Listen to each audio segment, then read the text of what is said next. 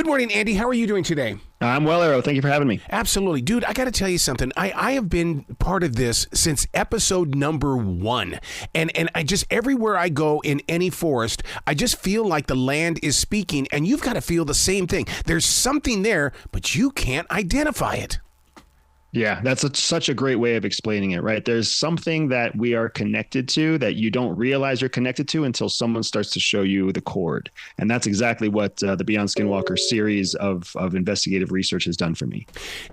To go into it, was there a sense of doubt at any time, or was it something that you were like me, you were convinced because you saw it on TV?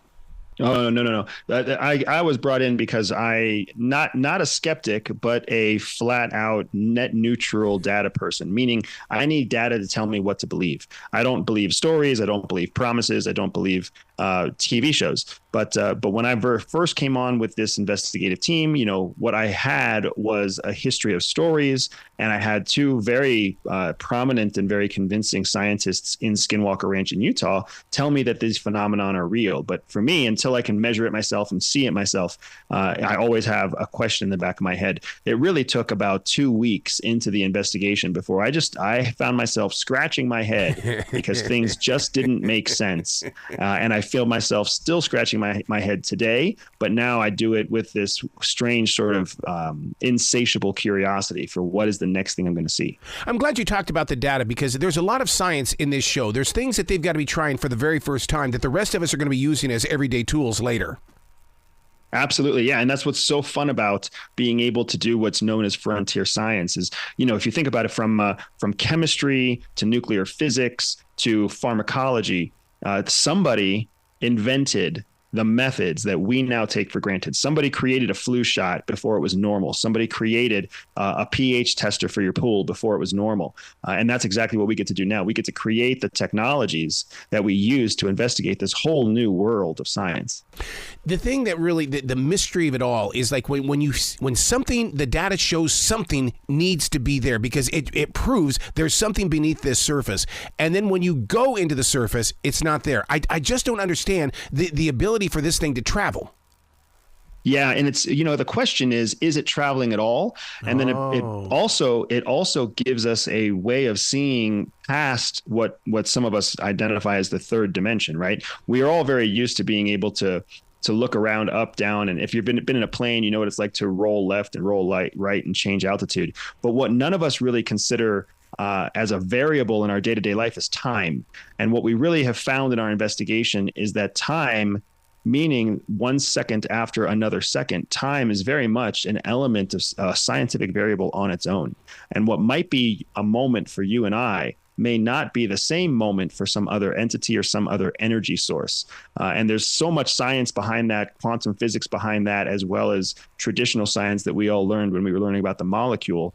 It's just fascinating to see how it plays out in the tangible world. I'm glad you brought up time. And the reason being is because I love to study time. And the one thing that I've learned about time is the second that I bring something up, I'm already living in my past. And that's the one thing that you guys are doing is that you're taking, when you step in there, you're in the past, but you've got to figure out how you're going to understand it in the present. Correct. That's exactly right. And that's a great way of looking at it too, right? The moment that you engage with any phenomenon, you have essentially put your energy into that phenomenon. Yep. And then once you put your energy into that phenomenon, you've just changed the phenomenon. It's like having an argument with your spouse. If your spouse is angry and you don't say anything, it's different than if your spouse is angry and then you say something. You just transform the phenomenon. And it's so similar to what we have found in our research. When we put a battery pack, or we bring some sort of external energy source, or even if we just bring our own excitement into an investigation, we are technically meddling with the core ingredients that were previously there. When those battery packs, I giggle. And the reason why is because there are times you guys have all the energy in the world, your equipment is working perfectly, and all of a sudden, it doesn't. And we all have that, and I can't help in my own forest here to go sit there and say, I got the same monkey in my backyard as these guys do. Yeah, it makes you wonder whether or not the monkey's in the backyard at all, or whether we are somehow in the hand of the monkey. Can you imagine if that were, if you just get one sliver, but my question for you, Andy, is when you prove it, how do you prove it to the rest of the world? Because it'd be like the second coming of Christ. We'd all sit there and go, yeah, okay, all right, we'll find somebody else. Well, that's where you have to let the evidence stand on its own, because you can't try to convince people who don't want to be convinced. But here's what I will tell you, Arrow. June 4th, tomorrow, we will launch one of the most compelling pieces of our documentary investigation. Something that we actually captured not only on video camera, but on thermal imaging camera, something that had multiple witnesses from the crew there at the same time, including both myself and my co-investigator, Paul Beban. And I would challenge anyone out there to explain what it is that they think they see when we air what we discovered in Nevada tomorrow on our launch. You know, I picture this because I've seen it so many times since episode 1, but this ranch to me is larger than life, and that every corner of that ranch has a story. And I love the way that you're documenting it. Yeah, and that's what it's all about. It's about taking something out of the world of legend and bringing it into the world of nonfiction. And for me, that's been my entire CIA career. Taking things that people worry about, wonder about, and suspect, and turning it into a documented form of nonfiction. This is what the Army actually looks like. This is what the satellites actually do. This is where the weapons are actually pointed, so that people can stop being afraid of what they don't understand and start taking action on what they do know.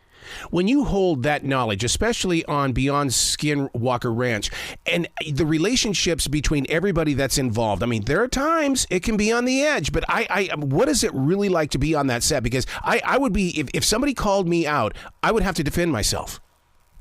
Yeah, and that's one of the things that it's very easy to defend ourselves on the Skinwalker Ranch team, because we are very, very transparent. What you see on camera happened in real life. There's no staging. There's no script. There's no set. We are working between 12 and 14 hours a day, executing these investigations in real time. We have camera operators. We have a team of at least 6 around us, 12 to 14 hours a day, documenting every step of the journey.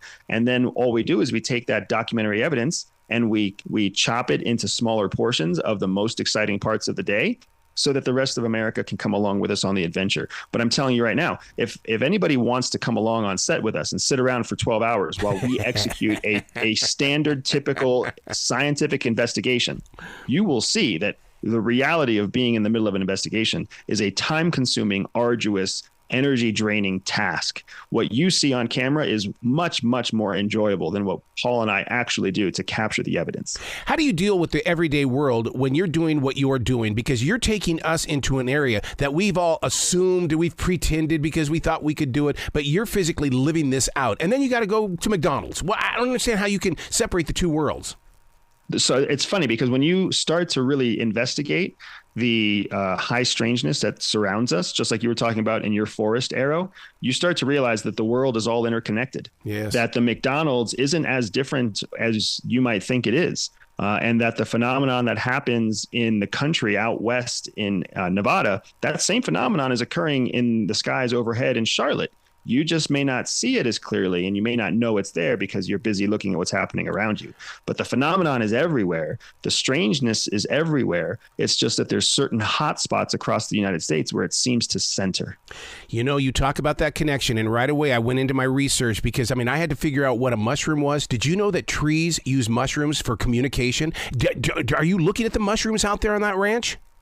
We're looking at everything on that ranch, but what we've absolutely found is that biological entities, plants, trees, birds, you name it. If it's a biological entity, it has the ability to transmit energy, because any biological entity is a standalone battery, a self-contained battery. You, me, and the mushrooms you're talking about. And that's one of those things that's so fascinating about the connection of life, and that modern day science allows us to actually be able to measure how energy is transferred from a living organism to another living organism, even though we don't understand the communication process that they have. I can't wait for tomorrow night's episode, because I'm going to be sitting there with my pen and my paper, because I have to take my notes too, dude. Good. I agree. And I do the same thing. I have digital notes and I have physical notes. It just depends on how much I want someone else to see them. Please come back to this show anytime in the future, Andy. The door is always going to be open for you. I appreciate it, Arrow. Thank you. You be brilliant, okay? Take care, sir.